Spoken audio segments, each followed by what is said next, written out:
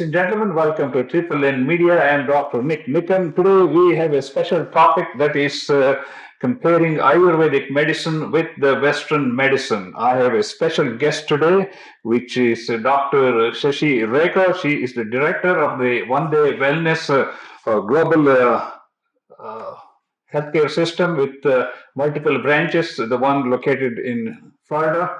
And Dr. Shashirekha, welcome to Triple N Media. We're delighted to have you. And let's talk about, what is Ayurveda and how it compares and contrasts with the Western medicine.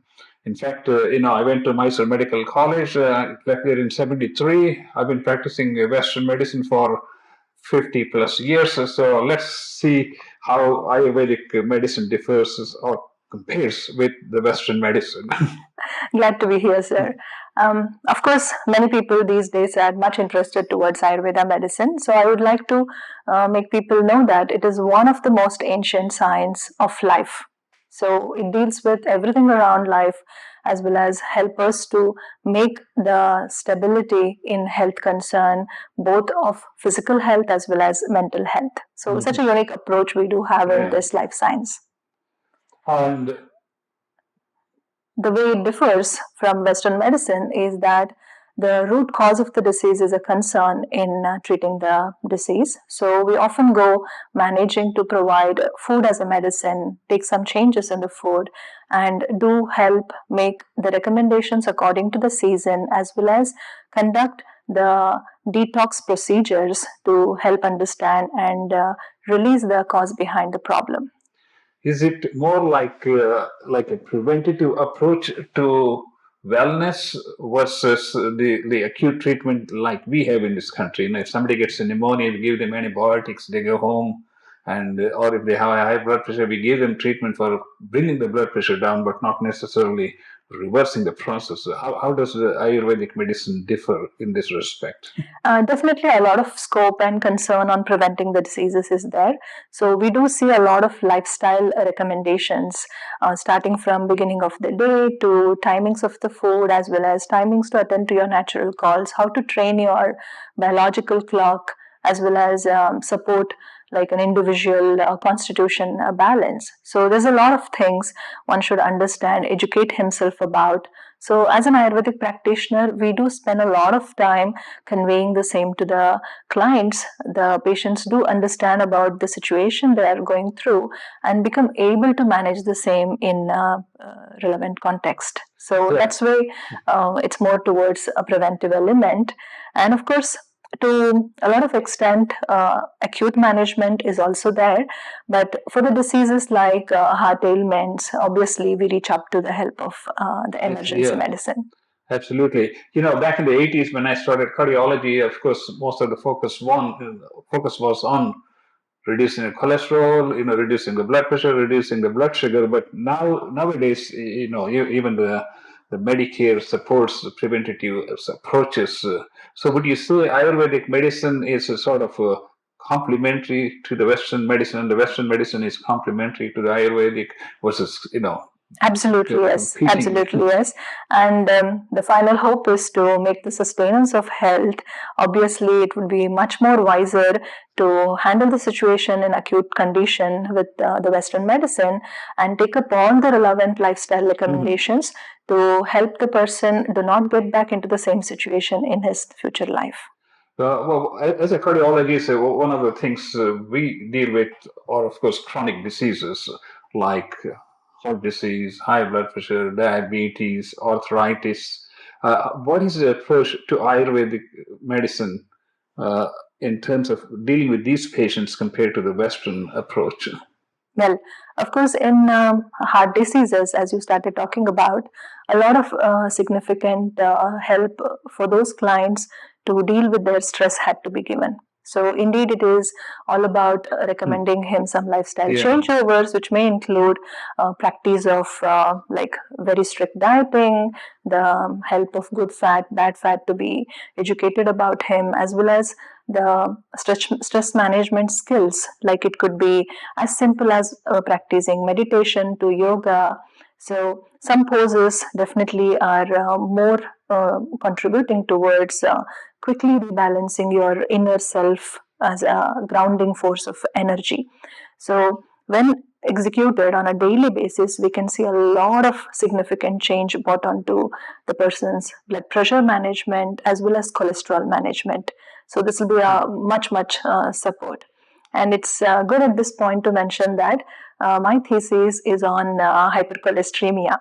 And I saw a significant improvement, and it's been already 25 years. I finished my post graduation. Till today, as I practice in the same city, I get back my patients doing very well with the kind of diet therapy as well as these stress management skills. As I said, the Western medicine is moving more and more towards the preventative aspect of these chronic illnesses in terms of reducing the progression of the disease and reducing the complications.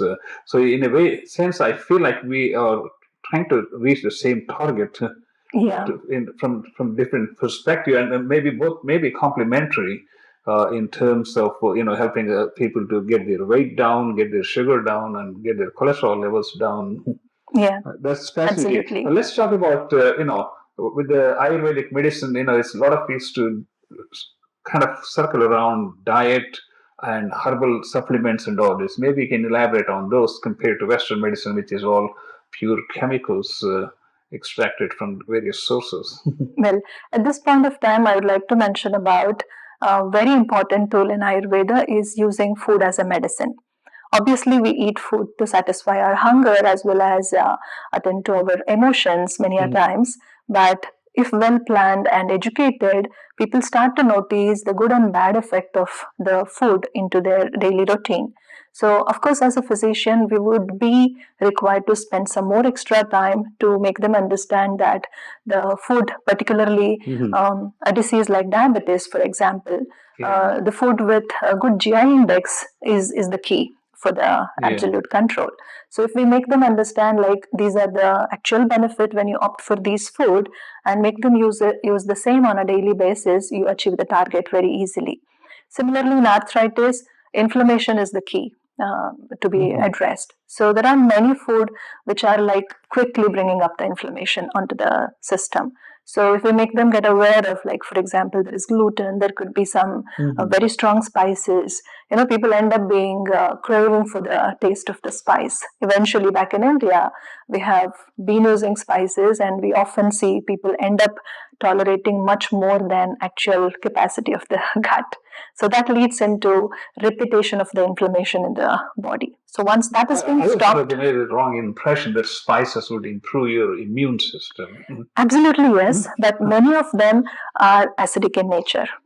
So if you have already inflammation in the body and you keep on using more of them, so that there's more kind of and fasting is a very common practice all across the globe. Even in America, people fast, and of course, in Islamic countries, this is the fasting month. Ramadan. Talk about the role of fasting in Ayurvedic medicine. Obvious fasting since ages has been recommended to be done by everybody. And as a religious practice, since ages, it was being highly recommended so that people get trained to observe fasting, and then when there is a necessary, thereby they are able to use it as a tool. So just an example, like in fever, for example, we observe fasting, or we are asked to observe fasting. The fasting doesn't mean absolutely don't eat anything.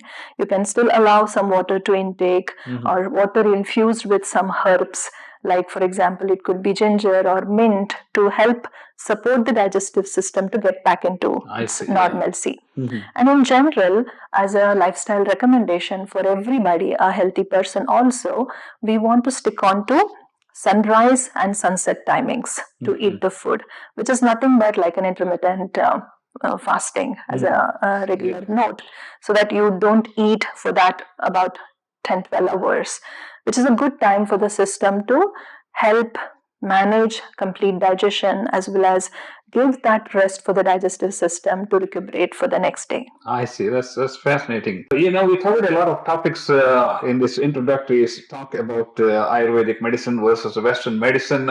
Maybe in the next topic we can talk about one of the most commonly used procedures. That's the panchakarma or the detoxification. It's been a pleasure talking to you, and we'll be back in the next presentation with panchakarma.